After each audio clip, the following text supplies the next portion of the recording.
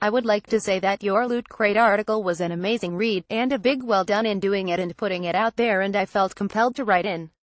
I agree with every word you said, and I now worry for the future of my favorite hobby. There's been lots mentioned by yourselves and the inbox recently on the subject of Loot Crates, and it got me thinking about my own experience with them. I don't think I ever have been affected by them until now, as it's just been mainly season passes. I look at you, Batman Arkham Knight or poor DLC, where I have been burned in the past. However, two games you mentioned in your article, Star Wars Battlefront 2 and Middle-earth Shadow of War, or where I will be affected, as these two games were two of my most wanted games this year. Regarding Shadow of War, I have so far refused to buy this game despite loving the original and really wanting this one. As you mentioned in your review about the difficulty spike towards the end, meaning unless you want to grind your way there you can just buy Loot Crates to do it. What a disgrace for a single-player game. Totally not surprised by Warner Brothers though, as they fleeced me of the above-mentioned Batman Season Pass funds, but not again. I'll probably pick this up when it's in the bargain bin after the new year, and even then won't be spending a penny on the Loot Crates.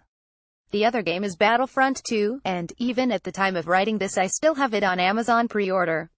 I'm seriously looking at canceling this, which is proving very hard as I'm a massive Star Wars fan and the Star Wars fan in me is demanding the game. But using my head, I don't think I can go through with this purchase. I played the beta and it was great and all, but as someone else recently wrote and can't remember their name, sorry about getting wasted constantly, this also happened to me many times. I'll admit I'm not the best at online shooters, far from it, but on one particular game of Strike the night before the beta ended, the winning person had like 60 kills. I ended the round on 9, which either says a lot about my level of skill. I didn't manage to play it every day, or this other person has been playing the beta 247 since it was launched, and is an absolute pro. Or the game is too unbalanced, which I think it was by quite some margin. If the beta was so badly unbalanced, then surely the main game will be worse. It's certainly not going to be any better, as AI aren't suddenly going to change things. What a shame. Does GC know by any chance when the servers may be pulled for the original Battlefront? I was thinking of rebuying that, as it's cheap as chips now for my Star Wars gaming fix. Although I wouldn't be surprised in AI pulling them on release of the new one to avoid this very thing. I presume they'll be wanting everyone on the new one ASAP, so they can start counting the cash rolling in. Unfortunately, there will be loads of people out there who will spend fortunes on the Loot Crates, and you're right, GC, it takes advantage of those out there with any form of gambling addiction. Anyway, I managed to get a good go of the GT Sport demo last night and came away very impressed with what I saw and played. What is GC's thoughts of it? I haven't owned a decent racing game in ages, so I might buy this instead of Battlefront 2.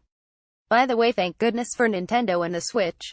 At least there you're not getting fleeced for every penny. There the games are fun, which should be the #1 priority after all. Also love the new Mario advert. Actually loving everything Nintendo is doing right now, and I hope it continues. Anyway, rant over. I'm off to cancel this pre-order.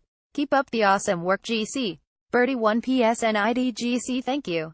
Companies don't announce taking down servers very far in advance, but we would think Battlefront I will be safe for a couple of years. We actually haven't played the GT Sport demo, since our review copy is coming in soon anyway.